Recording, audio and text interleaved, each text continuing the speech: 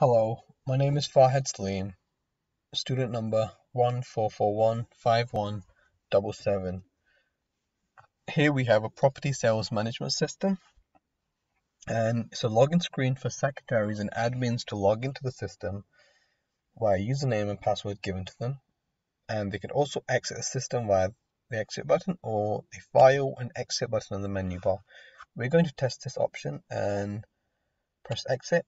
After we press file, and the system has successfully exited. So we're going to now log into the system admin portal with the username and password both being admin.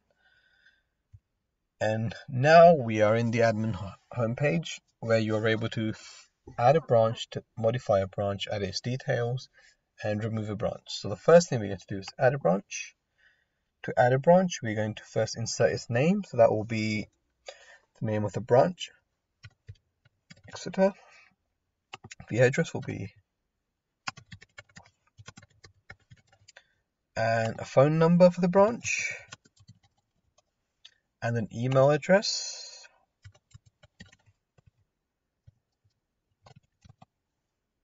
also a web address.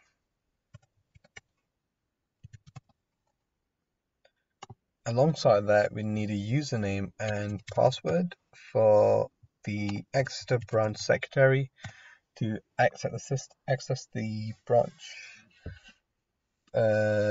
within her system. And now we're going to add the branch into the system. As you can see, the Exeter branch has been successfully entered into the system, and here's the printout of all the details of inserted. And now we can go back and modify a branch. To modify a branch, we can select any of the branches that we have here. In this case, we're going to modify Bedford and press modify. Unfortunately, due to lack of time, the developer has been unable to implement this functionality, so this feature does not work. The next option we have is to remove a branch. We delete a branch, and now we select a branch from the drop down list, and Bedford in this case we're going to remove. As you can see, the Bedford does no longer exist into the system. And now what we can do is go back, and everything as an admin has been done. We can log out and we're back to the login page where we can log in as a secretary. You press login, and as a secretary you have various options.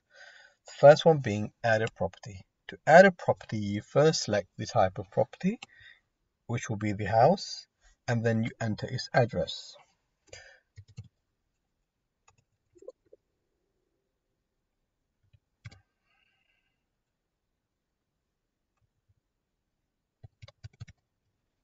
Watford Street, Watford, and we enter the number of rooms the house has, so it'll be 4, and the selling price of the house. You don't have to enter a sold price, but you can do, and number of floors. So in this case, be 3 floors the house has. Does it have a garden? Nope. Does it have a garage? Yes. And now we click add house. This should enter the house, all the details into the system, and it's worked. The house has successfully been entered into the system, and all the data written into the house.dat file. And now we can go back and add a flat. To add a flat, you also need its address,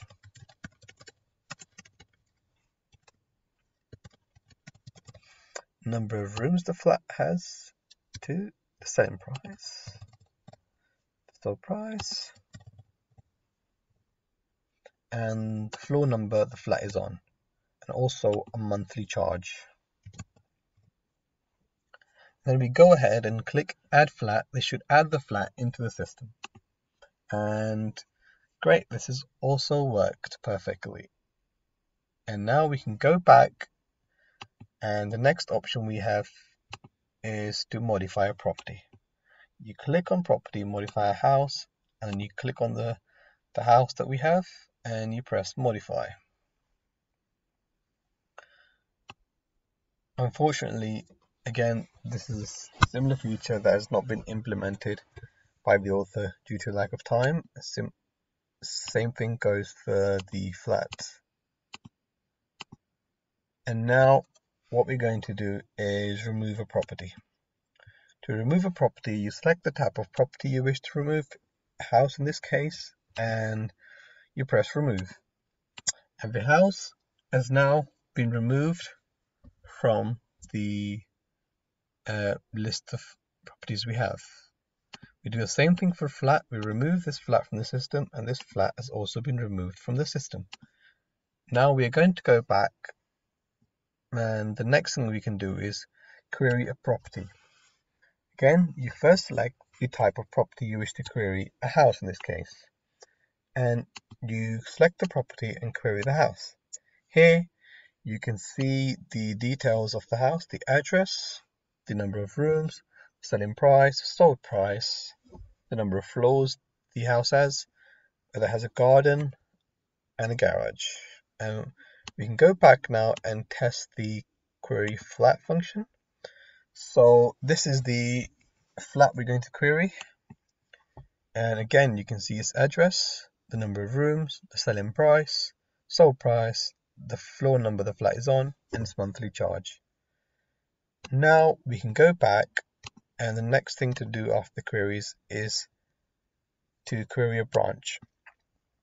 Here we can see details of all the branches we want, and we can do, in this case, this was an additional feature kind of to implement, and we can do Bedford branch, and we select query, and here you can see the name of the branch, the address, the phone number, the email address, the web address, a username, and a password. We can go back, and now we can do is mark a property sold once it has been sold. You can remove it from the system. For some reason, due to lack of functionality implemented in errors, this does not seem to work, and the properties in the system seem to not appear in this drop down list, so we cannot mark them sold, unfortunately. And thank you for your time. This was my system, and now we can go ahead and log out of the system. You've logged out, and now we are going to exit the system. And that is it. Thank you very much.